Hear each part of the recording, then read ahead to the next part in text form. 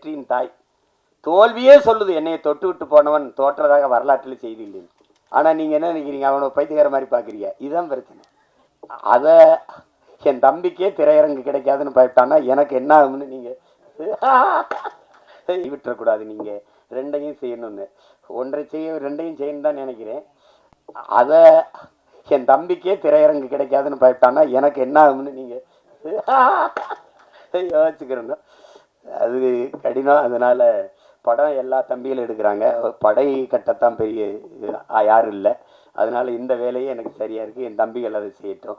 ஆனால் இதை பார்த்து ரசித்து வாழ்த்துறது அது என்னுடைய பொறுப்பு. இங்கே என் தம்பி கார்வன் சொன்னால் நம்மளை நாம் பாராட்டலை யாருன்னா இல்லை, அது சுழி சீசர் சொல்கிறான். நீ அடுத்தனை உன்னை எந்திரிச்சு உன் தகுதியை பாராட்டுற வர பொறுத்திருக்காதரா, நீயே எந்திரிச்சு பேரறிப்பு செஞ்சிரு, நான் ஆக சிறந்தவன் அப்படின்னு சொல்லிடுன்றான். அதனால இப்போ எங்கள் அண்ணன் எம்எஸ் பாஸ்கரை நாங்கள் பாராட்டலை, யார் பாராட்டுவா? இப்போ என் தம்பி கூல் சுரேஷ் அவனே பேசிட்டான். ஆனால் நீங்கள் என்ன நினைக்கிறீங்க, அவனை பைத்தியக்கார மாதிரி பார்க்குறீங்க. இதுதான் பிரச்சனை. எங்கள் அப்பா இங்கே பாருங்கள், எங்கள் அப்பா அதை இங்கே பாருங்கள், பசும்பன் படத்துக்கு பாட்டு இசைக்கிறது முதல்ல ரகுமான் அவர்கள் தான் இசை. அவன் 2 பேரும் வண்டியில் போயிட்டுருக்கேன். எங்கள் அப்பாவே வண்டி விட்டுறாங்க. வண்டி விட்டு அதில் சொல்லுக்குள் வார்த்தையை சுருக்கி வைக்கும் சூத்திரதாரி கண்ணனுடைய ஆகாயத்தின் மறுபக்கத்தையும் அவருக்கு பார்க்க இப்படி வருது விருப்பி எழுதி.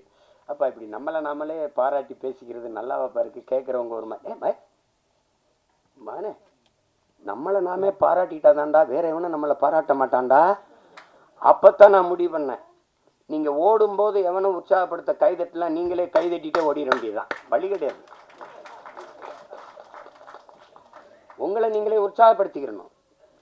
இல்லைன்னா யாருமே பாராட்டணும் இந்த சமூகம் முன்னாடி வரவனுக்கு தான் கைதட்டும், 3வது வரவனுக்கு கைதட்டாது. அவன் சொல்கிறான்ல, முன்னாடி வந்தவனுக்கு 1வது வந்தவனுக்கு கைதட்டுற அவன் வெற்றி கழிப்பில் இருப்பான், நீ கைதட்டுறதே அவன் காதில் விழாது. ஆனால் 3வது வந்தவன் முதுகில் தட்டி கொடு, அவன் மரணம் வரைக்கும் உன்னை மறக்க மாட்டாங்கிறான். அதான் முக்கியம். அதனால நம்ம பிள்ளைகளுக்கு ஒன்று இருக்குது, தோல்விங்கிறது ஒரு பெரிய தோல்விதான் வெற்றியின் தாய். தோல்வியே சொல்லுது என்னைய தொட்டு விட்டு போனவன் தோற்றதாக வரலாற்றில் செய்தி இல்லை இல்லையா? எளிதில் வென்றவனின் இதயம் மலரை விட மெல்லிதா இருக்கும், தோற்று வென்றவனின் இதயம் இரும்பை விட கடினமா இருக்குன்றான். அதனால அது ஒரு சிக்கல் இல்லை.